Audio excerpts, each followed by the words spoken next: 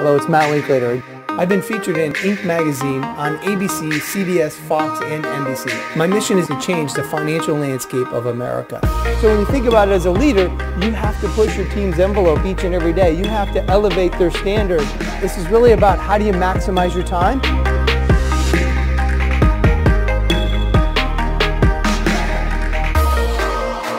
So how do you do it within your business? How do you figure out who your target market is? And ultimately you want to narrow that focus, don't you? So how do you push beyond your emotions and kind of visualize your success? And you have to be congruent, one of thought, one of word, and one of action. The quality of your life is found in the rituals that you keep. The quality in your business is found in the rituals that you keep for your business. Axie, say I can. I can. Say I must. I must. Say I am. I am. Say Axie Unstoppable. Unstoppable. So, I categorize myself as an entrepreneur and honestly a salesperson. But really, what drives me? This is pretty cool. I think, everybody has their trials and tribulations in life, and I'm going to share with you kind of what makes me. But I had the greatest upbringing that you could ever imagine. And why is because I had 3 older brothers, a dad, and a mom, like everybody does. But I had 3 older brothers that kicked my butt every day. And some probably would say, they wouldn't have wanted to grow up this way, but to my dad and my brothers, like anything you did was never good enough. And yeah, as a kid, that was a lot of stress on you, but it kind of always pushed you to want to do more and want to do better. And one of my favorite stories to tell is when I was in high school, I stole home in a baseball game. I don't know if you're a baseball fan or not, but not too many people ever steal home. But I stole home, and what happened was my dad was right there to tell me how I could have done it better. And I love that, because every time you had a great basketball game, baseball game, whatever you did, they were always there to help you, get you better, but tell you how you did it better, and push you beyond your comfort zones. And when you thought you couldn't take it anymore, my mom swooped in and actually, shared with you, hey, you're loved, everybody loves you, and you can handle more. And, why that was such a great upbringing is, when I was 10 years old, everything came crashing down. My parents decided to get divorced. And it was a 2-year knockdown, drag-out divorce. 1 week my dad was there. 1 week he wasn't there. 1 week he was there, and my mom and dad were yelling constantly. And the next week he wasn't there. And by the time I was 12, they got divorced. And everything I knew got flipped and turned upside down. And, my dad, and, I'm not going to, I don't hold any remorse to either of them, but, he forced us to move out of our house. And so we had to move into a much smaller house. Now I was living with only my mom, who's just an awesome lady. She was a cashier at a grocery store. So she didn't have the monetary ability to raise 4 boys, and 2 of my brothers were growing older. And, but everything was flipped upside down, and during that time our hot water got turned off, and just experienced that. I kind of always say this is, I only got 1 pair of gym shoes a year, and not saying I should get more or less than that. It was just kind of a theme growing up that that's all I needed. And so I always had this in my mind, though, that I wanted to earn more and make more. And so I came out of college thinking, how do I make $100,000? I want to be self-sufficient. I want to be financial free. I want to create that freedom for myself. And so how do I make $100,000? And I used to think of $10,000 a month, and it used to bring tears to my eyes. And within 2 years after college, I was able to fulfill that goal, and I was making, multiple 6 figures. And so then, I wanted to go out into the entrepreneur world, and that's a lot about what we're going to talk about today. So in about 2006, I started buying rental properties, and we all know how that probably turned out, right? So it didn't turn out very well. But the reason it didn't turn out very well is because I didn't have the detail that I'm going to share with you guys today. So 2008 crash hit me pretty hard. So here I was on top of the world, doing what we used to do, making multiple 6 figures, and then 2008 hit me. My real estate was crashed.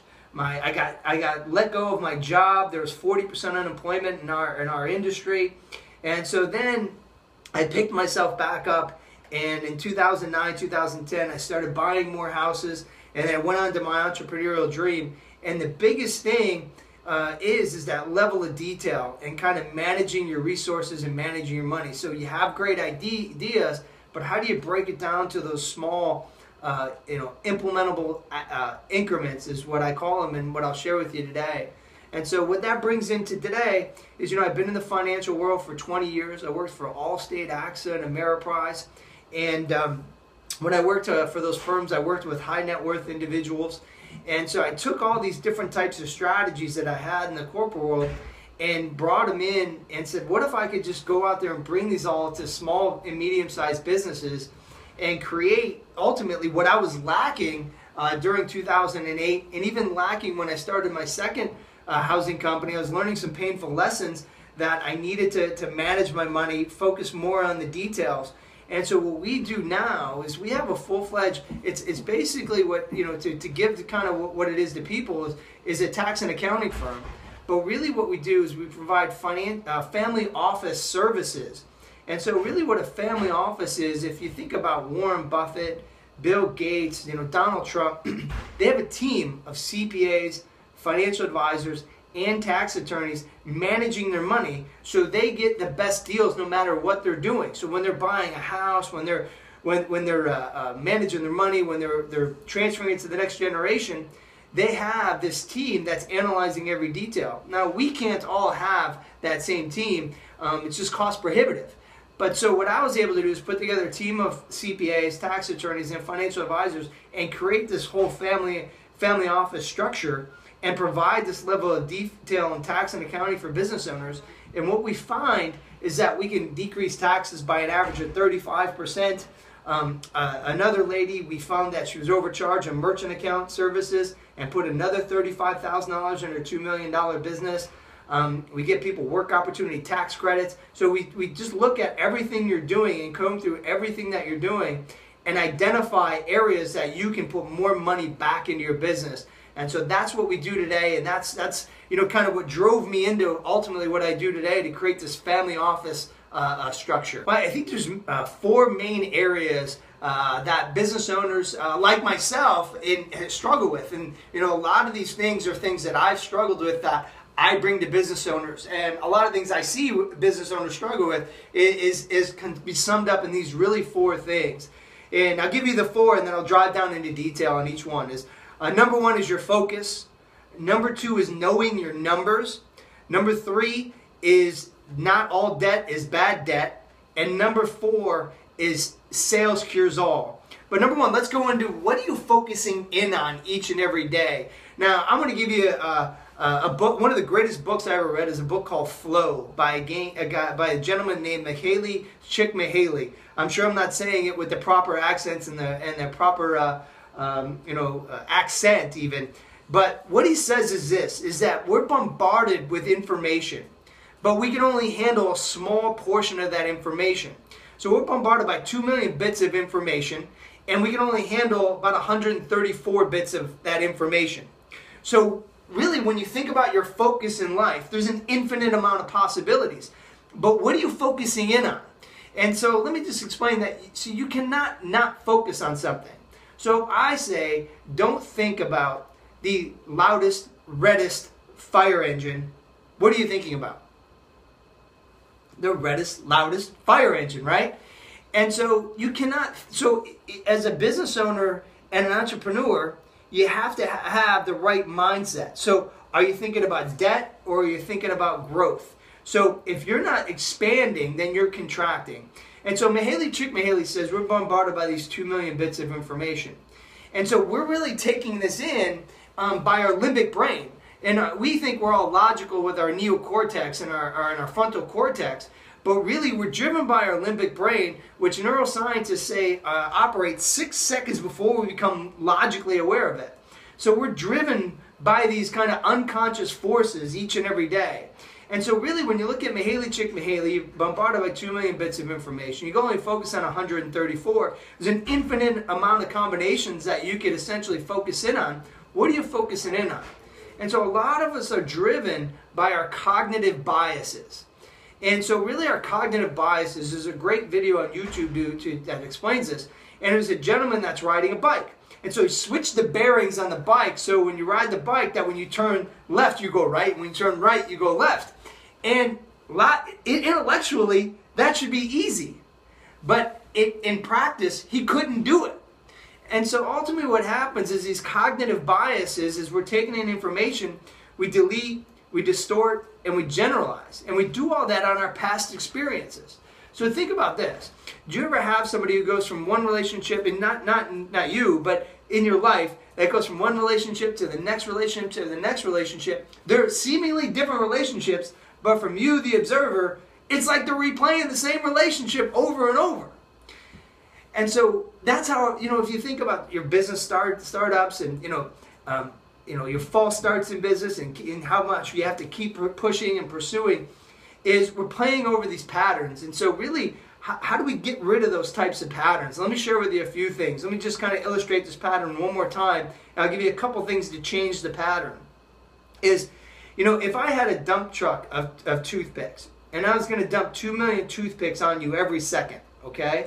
But every second you could only grab 134 of those toothpicks. And in there was red, white, and blue toothpicks, all right? I always ask the question, do you think you'd grab the red, white, and blue evenly, or do you think you'd gravitate towards one or the other? And really what it's saying is you'd gravitate towards one or the other. You'd gravitate and grab more red, or you'd gravitate towards blue, whatever was kind of in that unconscious mind. And that's what we do each and every day, is when we're bombarded with this information, we're limited by our cognitive biases, and we're grabbing these things that are supporting those cognitive biases. So, money doesn't grow on trees. You can't afford that, right? What do you think? I'm made of money? And so we're bombarded with all these types of things over our lives that are controlling us. And so you really have to interrupt that pattern. And I'm going to give you a whole system day today to interrupt that pattern. But there's two things you need to do. So we're going to give you things to change your focus with a very specific system. But there's two things. State is really, how do you change your state? When you get up on stage and do your speaking, when you put yourself in a great state, you're silky smooth.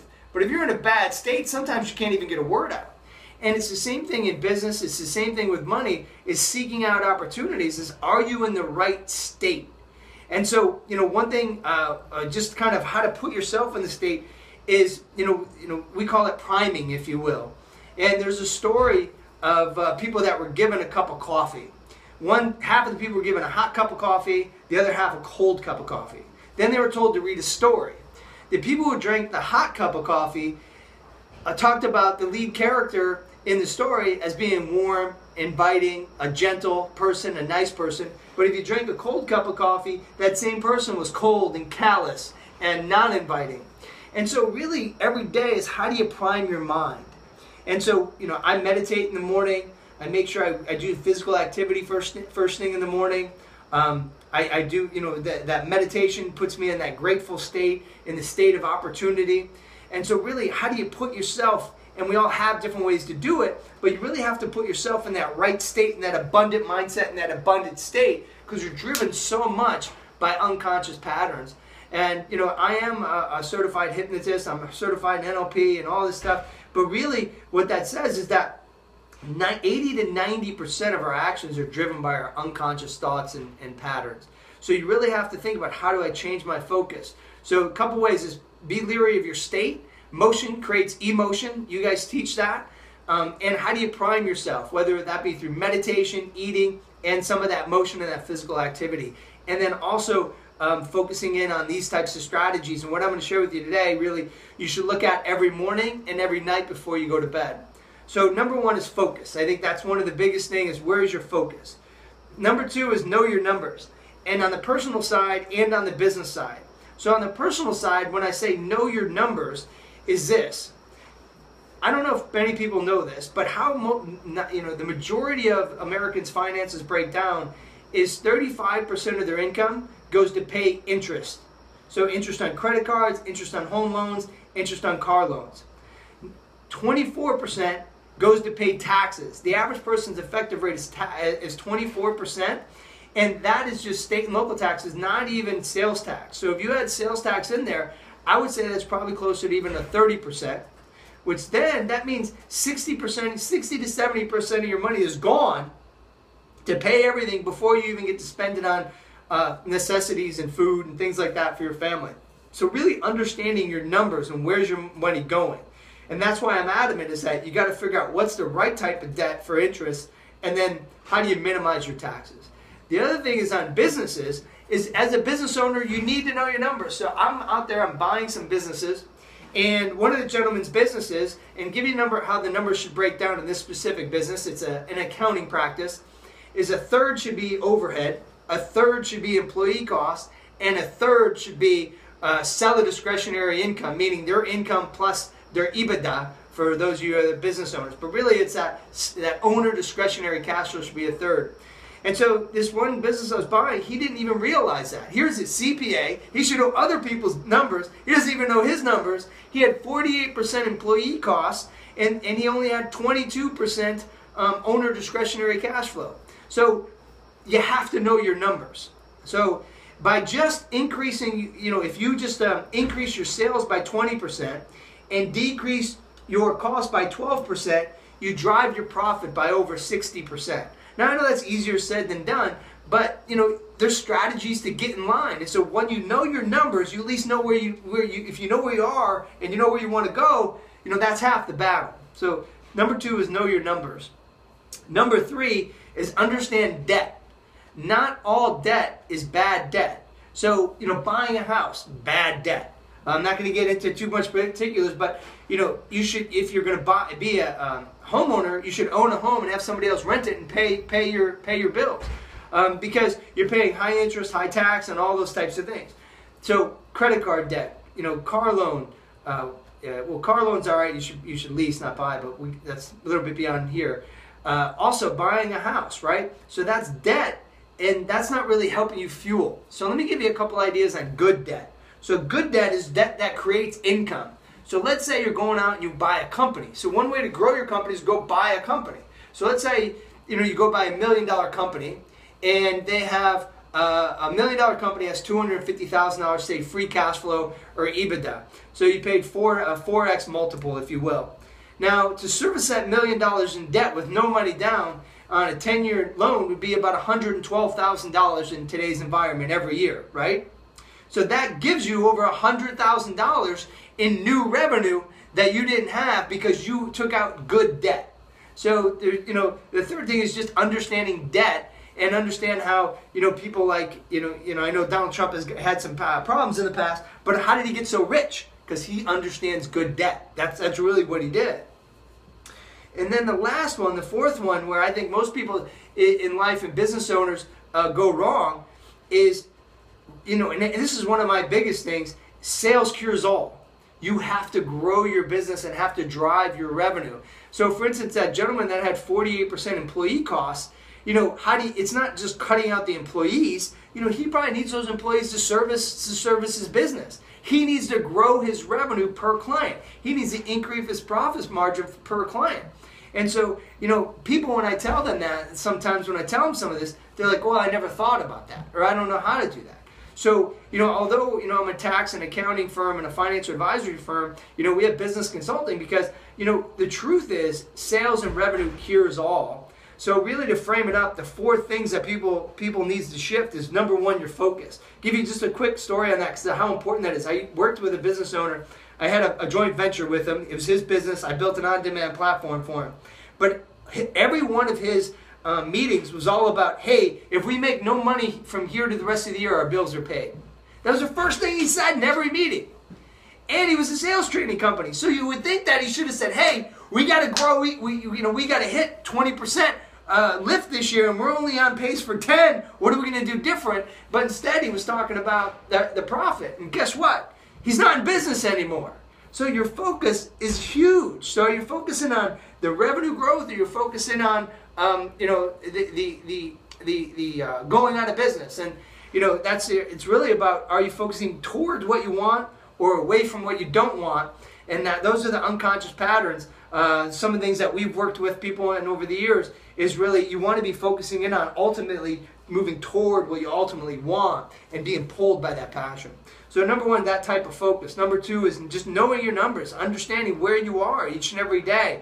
And we do that for people. Number 3 is just understanding your debt. And number 4 is understanding, hey, how do I grow my revenue? Sales cures all. So, something that I kind of utilize for everything. Whenever I want to accomplish anything, I utilize this 5-step process.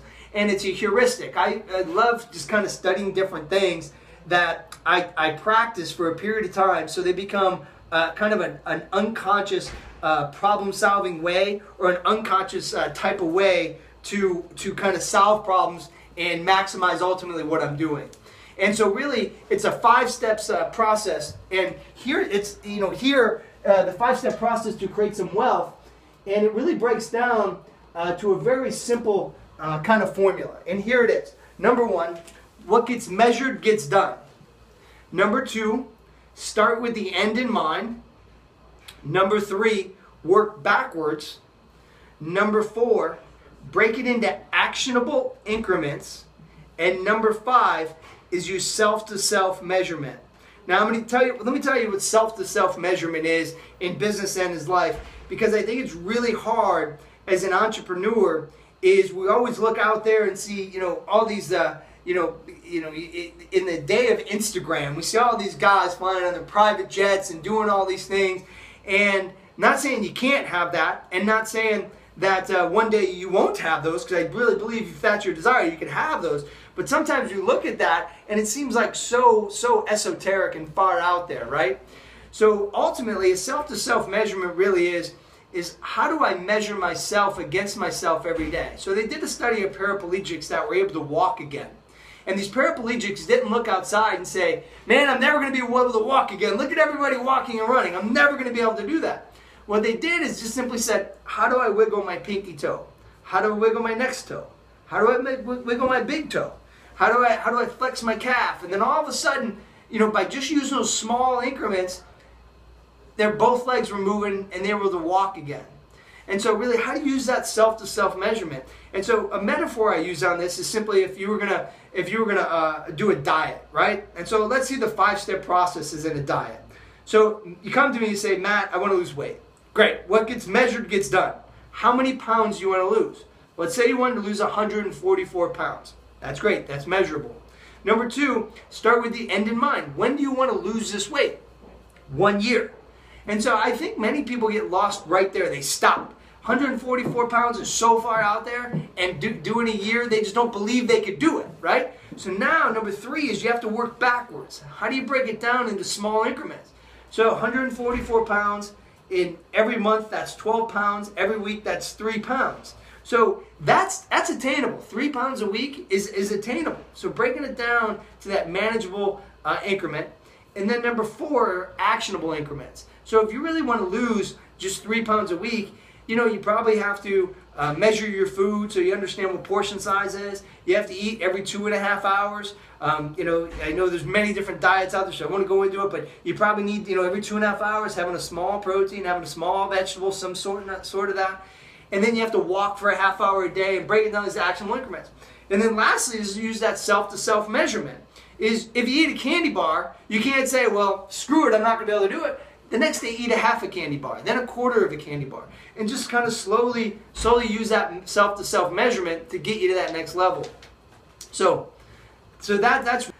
when you reverse engineer it, right, you have the 5 steps there. So I think there's really 4 main categories that business owners need to think about. And one, I didn't necessarily put these in any order, but on here, number 1 is debt. Do you have debt? Do you not have debt? Do you want to get out of that debt? Number 2 is revenue. What are your revenue goals? So what do you want to grow to your revenue to? Because we're looking at what gets measured gets done. So we're looking at revenue. What do you want to grow your revenue to? Your expenses. Now look at your expenses and you want to compare them. Are they aligned to your industry or not? And then lastly, what would be a savings goal? Now I know a lot of business owners say, and I don't tell business owners to save and invest in the stock market. Invest in your own stock, in your own company, and grow that company.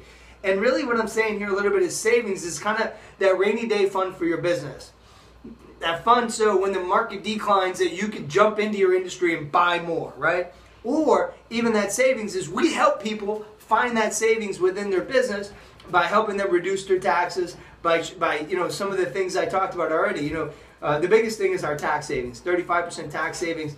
for an average person, not for an average person, but for our average business owner who's $600,000, we find $100,000 a year. For a lady making $120,000, we found $15,000 in their business through tax savings. So we find the money. But so what gets measured gets done. Focus on your debt. You want to get out of debt. 2, what do you want to grow your revenue to? 3, where are your expenses at and where should they be? And then 4 is how much do you want to put aside in savings in your business, and those 4 things. Then break it down to the second part is start with the end in mind. When do you want to be out of debt? When do you want to have this revenue? When do you want to have your expenses in line? And then when do you want to have your savings? Number 3, just work backwards, right? So when I say work backwards, the biggest thing you need to work backwards on is I don't think people measure enough. So if you're not having success in a year, you better measure quarterly. If you're not having success quarterly, you better measure monthly. If you're not having success monthly, you better measure weekly. If you're not having success weekly, you better measure daily. And not daily, you better measure hourly. So really, I think I shouldn't even say you're not having success. I mean, one time I went golfing, and I was on a golf course, and one of the caddies said he was a caddy down at Augusta, and I said, what's the difference between some of those business owners on Augusta golf course and every other business owner just up here in this private club in Wisconsin? And he's like, those guys down there, they're never late. They're meticulous with their time. They're meticulous with everything that they do. And so when you really look at it and working backwards is you have to be meticulous all the way down to that second to maximize your value. So really you should work backwards. So what does debt, revenue, expenses, and savings look like on a yearly basis, a quarterly basis, monthly, weekly, and all the way back to daily? And then the fourth thing is, what are your actionable increments? So on debt, I'm not going to spend too much time on getting out of debt. I told you about the good debt and bad debt. The one thing is, if you have debt, go to a snowball calculator online. It'll show you just how to get out of debt, how to position your debt, and what debt to pay off first. And if you put $50 or $100 or $1,000 more towards your debt, when you get out of debt. But I never want that to be the detriment of what are your actionable increments to grow revenue. We think about that in our business daily. We have a 13-point plan, but really you got to think about your lead generation. What are your sales funnels? What is your marketing funnel? We want to make a certain amount of calls out of our office every day. We send a certain amount of paper newsletters out every month. So what are your actionable increments to drive your revenue? And really breaking that down. I'll share with you our 13-point plan here later on for our business consulting. Expenses. What are your expenses? So when you look at a pie chart, how should your expenses, simply break down overhead, employee cost, and then what profit should be to you, and then how do you kind of tweak that? And what are your actionable increments to drive that? If you just decrease your cost by 12% and increase your revenue by 20%, you soon have 60% more money going into your pocket as a business owner. So how do you kind of do that, and what are the actionable increments? And then simply as savings is, now it becomes easy to save, right? It kind of falls into place. So, but those are some actionable increments that could lead to savings, and then your savings. And then the fifth thing is self-to-self measurement. Most business owners never look at their numbers. They never look at these things. So, reviewing these, whether it be on a daily, weekly, or monthly basis, but really no less than that. But really having that self-to-self measurement on these 4 categories to really drive your wealth and drive your business. So really, the biggest things I could say here is always your revenue and your expenses. Drive your revenue and get your expenses in line. Yeah, so let me break this down for you. So why I call it a family office is because we're going to look at every financial transaction you have. See, a buzzword out there is this outsourced CFO, and I agree with that. You need an outsourced CFO for your business, and really that outsourced CFO contains one component of our overall family office structure. And that's really our accounting and tax type services. See, most people go out there and they get a CPA and they're disenfranchised because CPAs are usually just historians. They record your numbers from the past. What'd you do last year? Let me put them in your tax return and do your taxes for you. What we want to do is provide accounting and tax services on a weekly and a monthly basis. So you know exactly where you stand, and we can provide real-time advice and tax advice. So you have a forward-looking tax plan and tax strategy for the year. So instead of having that rear view CPA, we want to provide that accounting and tax and that outsourced type CFO model for you. The second thing we do is tax credit and merchant services. And I put these kind of together for just to make it simpler, but we do work opportunity tax credit. We have a liquor store hiring.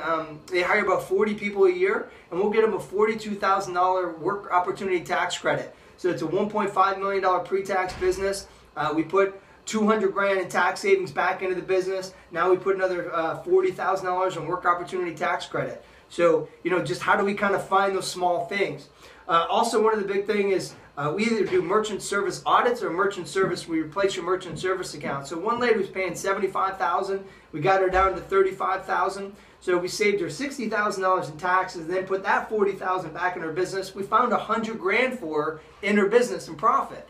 $2 million business. And she only had profits of $250,000 on that $2 million business. So now putting another $100,000 in there, that's pretty fantastic for her. We also do advanced tax and financial planning. So when you look at the ultra wealthy, as we talked about, they have people combing through those 75,000 pages of tax code.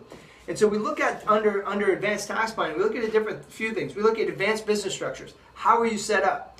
I can't believe how many people are still filing as sole proprietors. You want to put money back in your pocket? Take your LLC or your sole proprietor and turn it into filing as an S Corp.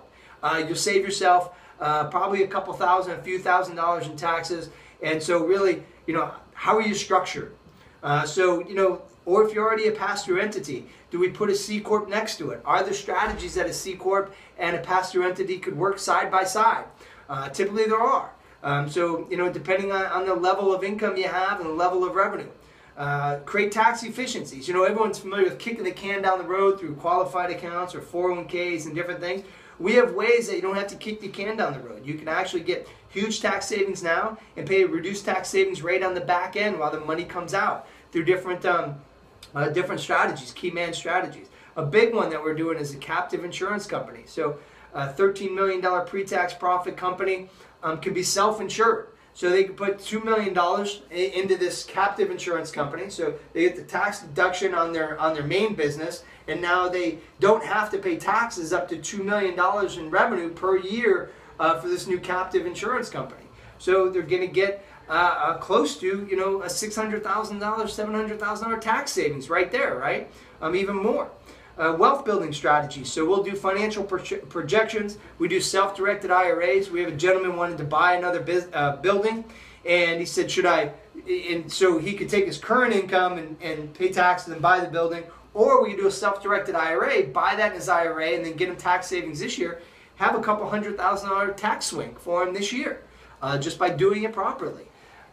Legacy, business succession planning. How do you make sure your money lasts for this generation and generations to come? And how do you create generational wealth? So we have the Rockefeller method we use. We do some business financing, mergers, acquisition, mezz financing, bank financing, private equity.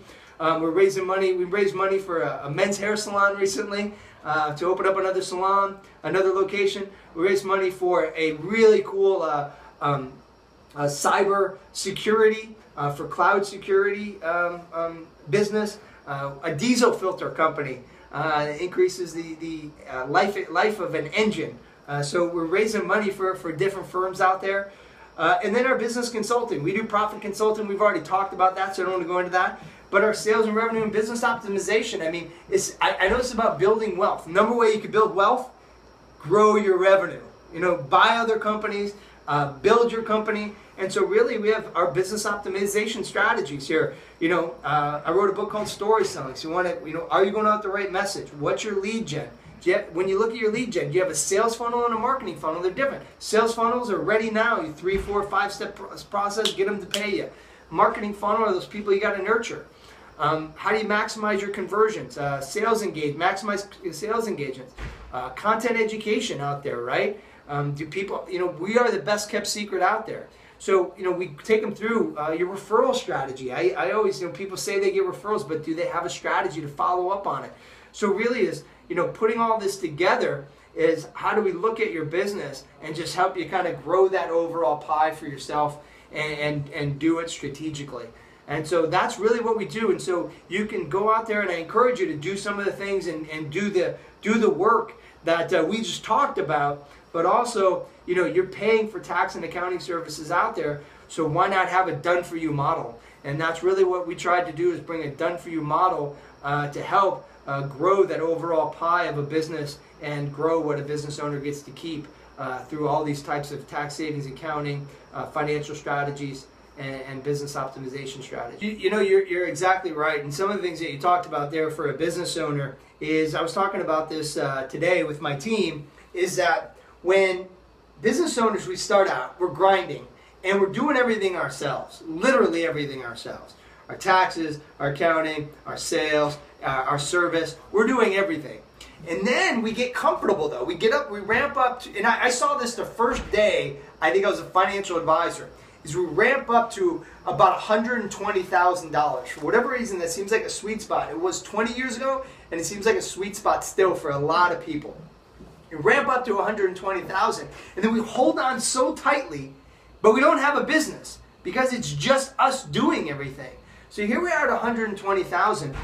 We're strapped for time. People are complaining about us, but we got 120 grand, and we have a good lifestyle. We're probably taking a little more vacations than we need to even. I'm not saying you shouldn't take vacations, just saying what I see out there. And we're so afraid to hire somebody else, or so afraid because we don't want to lose this $120,000 lifestyle. And we're so afraid to hire somebody else. We're so afraid to outsource certain things that we can never grow beyond it. And there, it is. It's hockey stick, 120, and it levels off. And the way to do that is, how do you figure out and silo these different components? And even like if you think about yourself as a business, you need a CFO, you need a CMO, you need a CSO, right? You need whatever different structures. And so if you can actually put those there, and therefore you can wear those different hats, but then you can outsource or hire in those components when you need it, you will accelerate your business. And so one of the things here is, what's different about what we're talking about here is, when you go to invest and you go to earn 5 or 10%, that's not a great proposition for people. You know, I'm not saying that, even, great, you're worth $1 million or 10 million. The average, the average business owner doesn't have a lot of money in the stock market, because why they went from 0 to $1 million or 2 million or 10 million. Why would I put that money in the stock market to get 5%? And so what I'm saying is that you have to change your idea. A lot of times as a business owner, from being just that business operator to, how do I become that business owner? And everything I'm telling you today, I don't want you to get 5% growth. I don't want you to get 10% growth. Write this word down. You need geometric growth in your business. And that's why we do it. That's why I quit in the corporate world. I'm sure that's somewhat, why everyone quits, is they want to give more, they want to be more. And how do you give more? How do you be more? And how do you create that geometric growth? So, some of the things that we talked about today, just to add, is that if you want to grow your income by 3% a year, it's going to take you 20 years compounded just to even double your income, 27 years, right? Just to double your income. Now, what we're talking about is, how do you create that geometric growth? Now, fortunately, in the corporate world, I was able to go from, I think I made 30,000 to 65 or 90 to 150 to 250, and it kept going.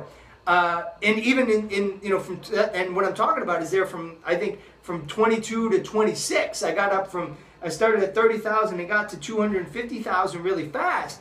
And so how do you do that with your business? And so you don't want just small incremental growth. You want to have small incremental growth in all these little areas, so you create a geometric lift. I wish I did. One of my business coaches got me thinking this way. And so I don't know if he said it or if I stole it from him. But case in point, he keeps all his money in cash. It's a different business model. We can talk about it. People hire me and hire us and do some things. It's way beyond scope here. He keeps his money in cash, and the reason why is his first business went from 0 to 60 million within 3 years.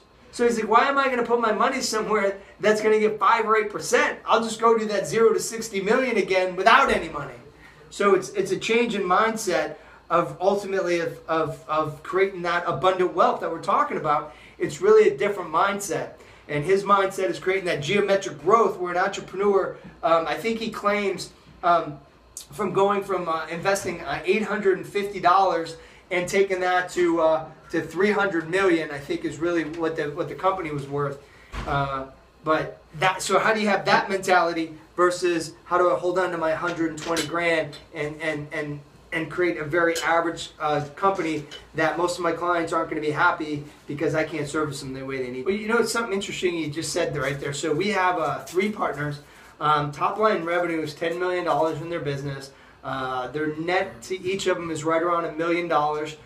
So doing really, really well. And we took over from their old CPA firm, and they had a complicated structure, which I understand the structure and why they did it.